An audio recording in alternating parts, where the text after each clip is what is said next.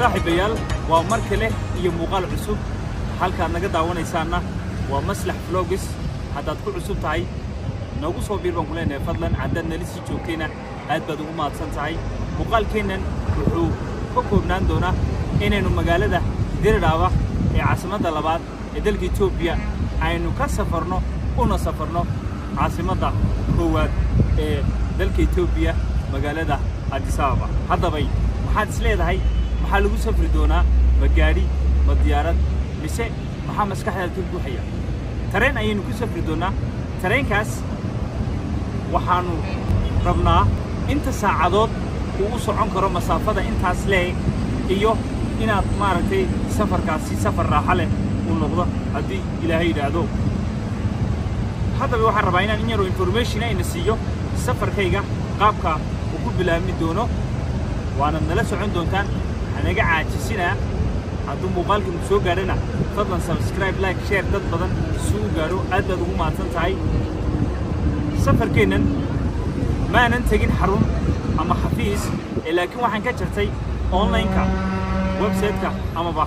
tele birta la yiraahdo ayaan galay halkaasaan tigidhka train-ka ka jartay walibana qaybta VIP-ga qiimayaashuna way kala duwan yihiin qiimaha aan u jartay waa qiimaha last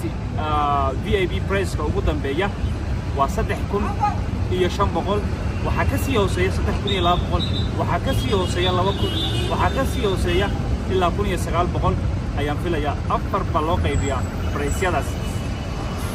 waxaana loo socon doonaa sida ay ku qiyaaseen waa 12 saac 9 fiidnimo ayuu bilaabmaya ilaa iyo 7 subaxnimo ama 8 subaxnimo ayaynu ka degi doonaa haddii Ilaahay yiraahdo caasimaddaas muuqaalkeennan ayaad kaga bogan doontaan qaabka aan u safrayno iyo walibana gudihiisa iyo magaalooyinka uu sii marayo ee nala socda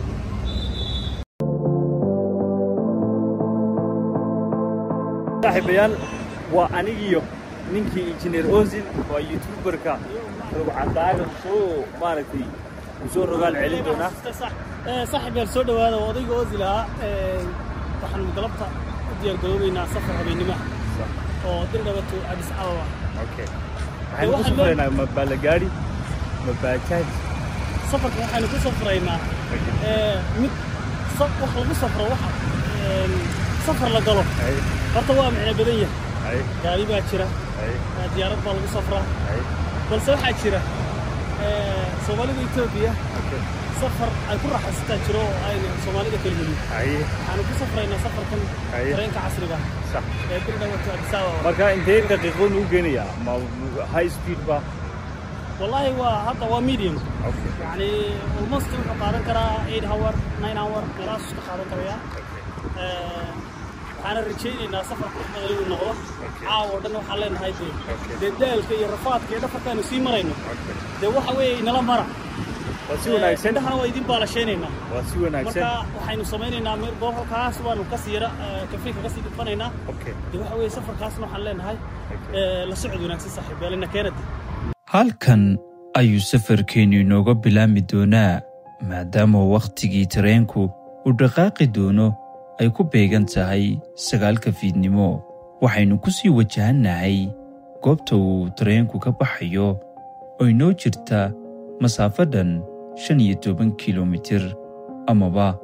30 daqiiqo oo gaadiidka baajaajta ah haddii aad safar tahay waa lagama maarmaan inaad sharuudahan buuxisid haddii aad tahay muwaadin Itoobiyaan ah waxaa laga rabaa lafta ID card-ka amaba national ID-ga haddii aad ajnabi tahayna baasaboorka hore u soo qaado waayo albaabka hore waxaa kaaga sii horeeya baaritaan kadib ayaad gali kartaa tareenka sida ku salaysan tigidhkaaga aad jaratay صاحبيال soo galay tareenkii qaybta security waxay dhaheen lama ogolo in wax la duubo hadda aanu waxaan ku qoranahay qaybta VIP-ga waa inaan qolkayga aadaa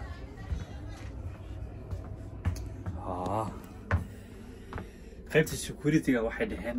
lama duubayo ama muuqaal lama ogolo that's why aan uga ilaalinayay hadda qolkaygii ayaan imid walibana qolka VIP da inii sheegay qiimaha ugu sareeyay hagan 4 sariirood baa yaala toogosaysa laawarkan leeyahay mid baa iga koreysa hagan kale laba iga koreeya ama qaybta iga xiga safarkeenu bartan ayuu ka bilaabmi doonaa wixii sarfisa waynu eegaynaa hadda waxaan ku suganahay waa qaybtii farxalka qaybtan xagan iyo xigtana waa qaybta lagu talagalay musqusha ragga dumarka qaybtana marka cuntada cunto ama musqushaad ka soo baxdo ayaad ku farxalaan waad ku fadhiqan waad ku weysaysan waa unique lagama sheekeyn karo lacagtan labijibaarkeeda inka badan buu qalmaa wali mun dhaqaaqin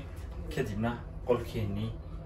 aynu tegi doonaa qolkaas ayaa maaragtay qof kaste u seexanaya waa qaybta VIP ga inii sheegayay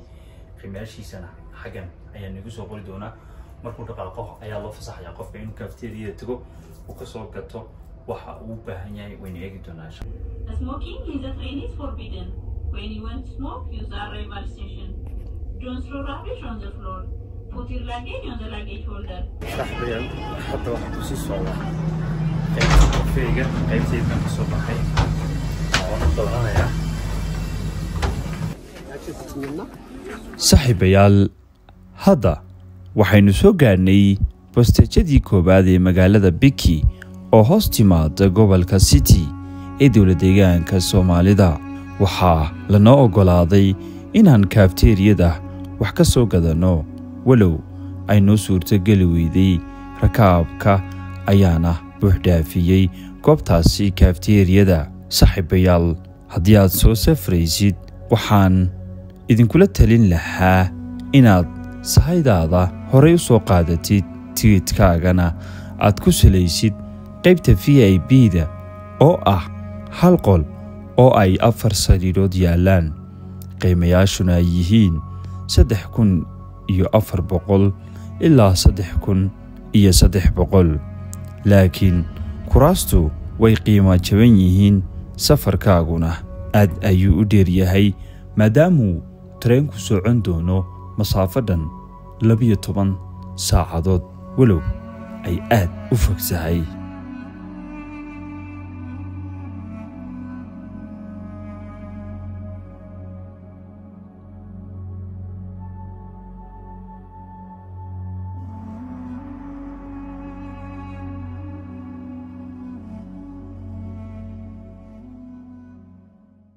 yes hadda ayay subax tahay hadda la soo toosay waxaanu maraynaa magaaladii Addis Ababa ahayd baanu nabad tegnay hadda ayaynu doonahay meeshan kaga daadegay odalkiisa joogiga adeed soo baxaysa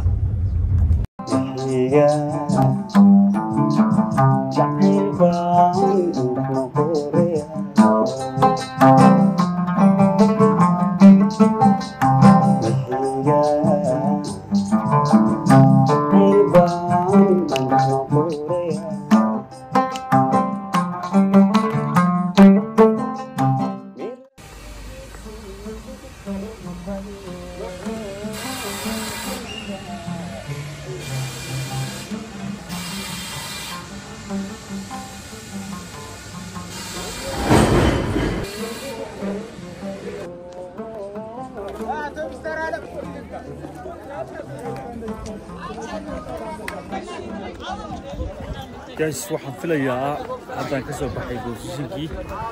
meelahan waa meelihii laga raacayay basaska xaafadaha taga